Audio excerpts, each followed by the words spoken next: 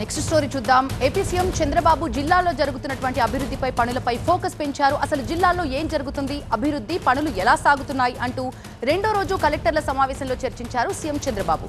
కలెక్టర్లంతా తమ జిల్లాలో జరుగుతున్న అభివృద్ధిపై సీఎంకి ప్రెజెంటేషన్ ఇచ్చారు. అధికారుల పనితీరు, ప్రభుత్వ సహకారంపై చంద్రబాబుతో చర్చించారు. అనంతరం కలెక్టర్ల పనితీరు ఆధారంగా జిల్లాలకు సీఎం ర్యాంకులు సైతం కేటాయించారు. ఇక ఈ సమావేశంలో కలెక్టర్లకి కీలక సూచనలు చేశారు సీఎం చంద్రబాబు. అధికారులు స్వేచ్ఛగా విధులు నిర్వర్తించేలా చూడాలన్నారు. పనికి తగ్గట్టు అధికారులు సిబ్బందిని కేటాయించాలన్నారు. కొత్త జిల్లాలో మౌలిక వసతుల కల్పనపై దృష్టి పెట్టాలన్న ఆయన అక్కడ అధికారులకి పూర్తి స్వేచ్ఛ ఇవ్వాలని కలెక్టర్లకి ఆదేశించారు. అలాగే విశాఖలో త్వరలో రతన్ టాటా ఇన్నోవేషన్ హబ్ ని ఏర్పాటు చేయబోతున్నామని, దానికోసం భవనాలు సిద్ధం చేయాలన్నారు. వచ్చే ఏడాదిలోగా ఒక్కో నియోజకవర్గానికి ఒక్కో ఇండస్ట్రియల్ పార్క్ ని ఏర్పాటు చేయనున్నట్టుగా తెలిపారు సీఎం. ఇక అల్లూరు జిల్లాలో ఆదివాసులకి త్వరలోనే ఆధార్ కార్డ్స్ ఇవ్వాలన్న ఆయన టూరిజం అభివృద్ధిపై కలెక్టర్లు శ్రద్ధ పెట్టాలని సూచించారు. పేదరికం లేని ఆంధ్రప్రదేశ్ లక్ష్యంగా ఏమండి, ఇప్పటి నుంచి నాకు ఇంటి పనిలో కొంచెం ఎక్కువ హెల్ప్ చేయండి. ఎందుకు? నీకు జాబ్ దొరికిందా? నాకు నేనే బాస్ అవ్వాలనుకుంటున్నా. ఎలా? బాస్ వాలా బీ ద బాస్. ప్రతి ఒక్కరూ పనిచేయాలని చంద్రబాబు పిలుపునిచ్చారు. పూర్తి అప్డేట్స్ అందించడానికి మా అసోసియేట్ ఎడిటర్ ఈశ్వర్ లైవ్ లో సిద్ధంగా ఉన్నారు. ఈశ్వర్, ఆంధ్రప్రదేశ్ లో ప్రతి ఒక్కరు కూడా చాలా కాన్ఫిడెంట్ గా పనిచేయాలి, అసలు పేదరికం లేని ఆంధ్రప్రదేశ్ లక్ష్యంగా సీఎం పనిచేస్తున్నట్టు తెలుస్తోంది. ఈ దిశగానే ఆయన ముందుకు అడుగులు వేస్తున్నారు. మరీ ముఖ్యంగా చెప్పాలంటే జిల్లాలో ఎక్కువగా ఫోకస్ పెంచారు. కొన్ని జిల్లాలకి ర్యాంక్స్ ప్రకటించారు. ఏ జిల్లా టాప్ లో ఉంది, ఏ జిల్లా లాస్ట్ లో ఉంది?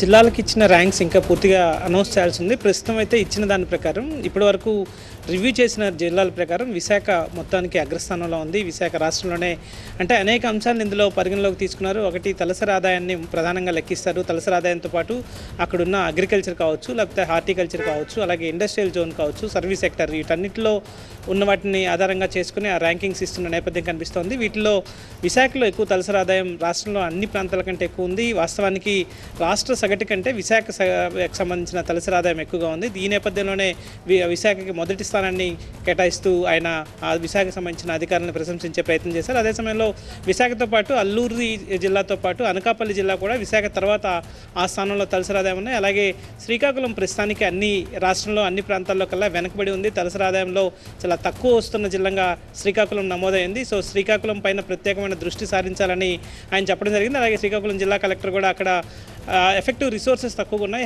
హ్యూమన్ రిసోర్సెస్ ఎక్కడైతే అక్కడ వాస్తవానికి ఫార్మా ఇండస్ట్రీ పెద్ద ఎత్తున డెవలప్ అయ్యే అవకాశం ఉంది, కానీ అక్కడ కెమికల్ ఇంజనీర్స్ చాలా తక్కువ ఉన్నారు. కెమికల్ ఇంజనీర్స్ సంబంధించిన ఎక్కువ డిమాండ్ ఎక్కడ ఎక్కువ ఉంది. అలాగే స్కిల్కి సంబంధించిన సోర్సెస్ కూడా చాలా తక్కువ ఉన్నాయి. సో వీటిని పెంచే ప్రయత్నం చేస్తున్నామంటూ ఆయన వివరణించే ప్రయత్నం చేశారు. మొత్తానికి అందరూ జిల్లా కలెక్టర్లు ఆ జిల్లాలకు సంబంధించిన యాక్షన్ ప్లాన్ని ముఖ్యమంత్రికి సబ్మిట్ చేశారు.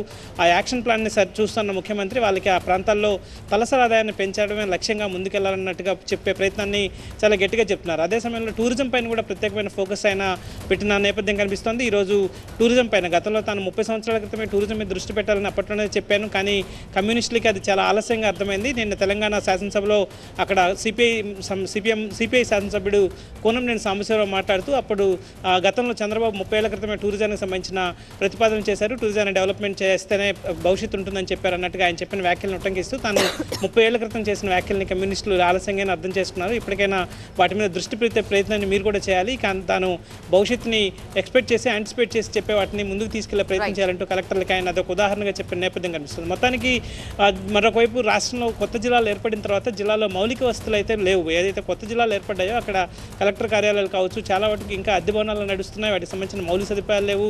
వాటన్నింటినీ తక్షణం ఏర్పాటు చేయాలని ఆదేశించారు. అందుకు సంబంధించిన నిధులను విడుదల చేస్తామని చెప్పారు.